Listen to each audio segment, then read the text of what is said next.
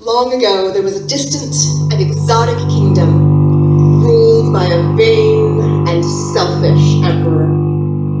Although the emperor himself was old and wrinkled and unpleasant to look upon, he demanded that every sight that met his eyes be splendid. The castle was made all of marble and jade, the gardens full of every exotic flower you could think of. Even his servants wore beautiful clothes made all of silk and embroidered satin. And the emperor was no less demanding about the sounds that met his ears.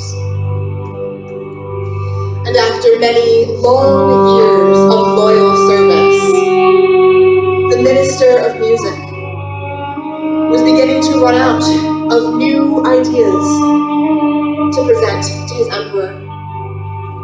He had every musician, every kind of music, every kind of musical instrument he knew of presented before the emperor. And although the emperor enjoyed each of them in turn, he always grew bored and demanded something new and novel. The minister of music was pondering this dilemma one night over dinner.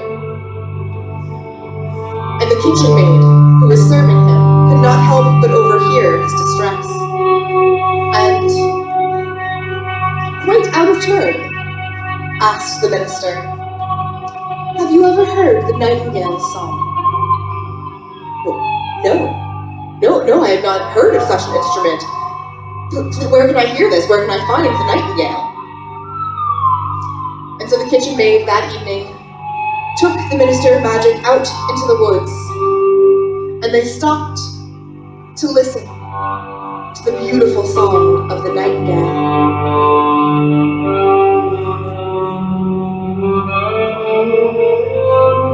And when the music stopped, the minister turned to the kitchen maid and said, "That was exquisite.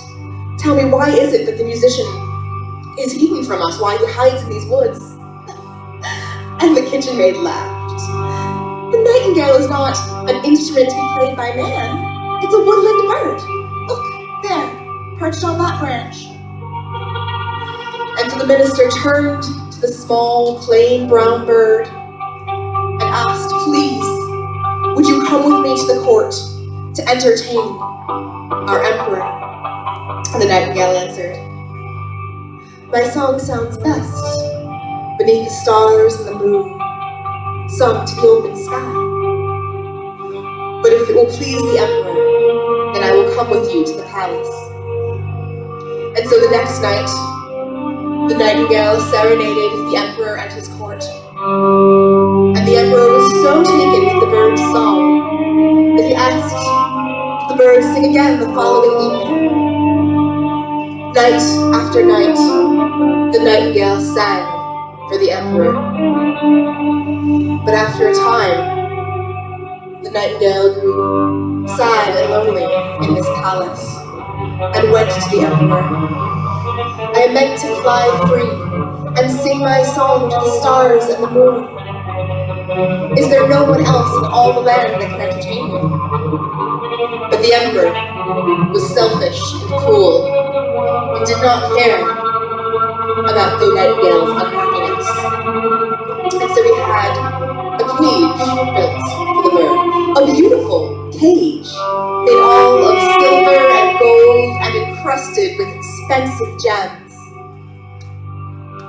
But a cage is a cage, and the nightingale eventually died of heartache and sorrow.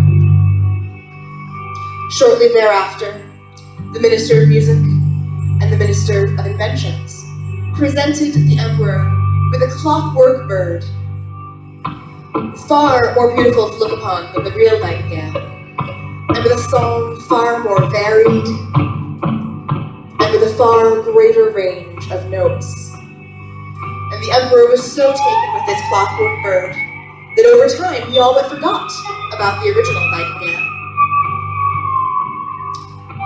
The man was old and weak, and eventually grew quite sick, Till one night, late, as he lay in bed, he awoke with a start, his chest constricted, and there, sitting above him, the very vision of death.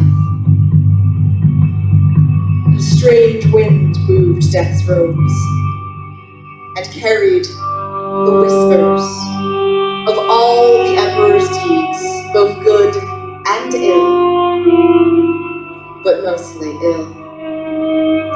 It whispered of servants beaten for speaking out of turn, low-ranking officials turned out on the streets and left to starve when they became old and ugly and unpleasant to look upon.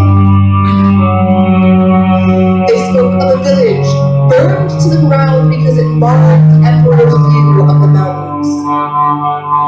Spoke of this, and so much worse. And the Emperor cried out, "Music! Music to drown out these terrible voices! Music, please!"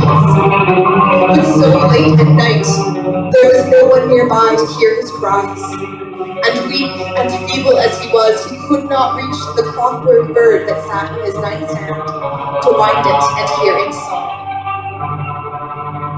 And then another whisper came. I am meant to fly free and sing my song to the moon and the stars. And for the first time in the Emperor's long, wicked life, he wept.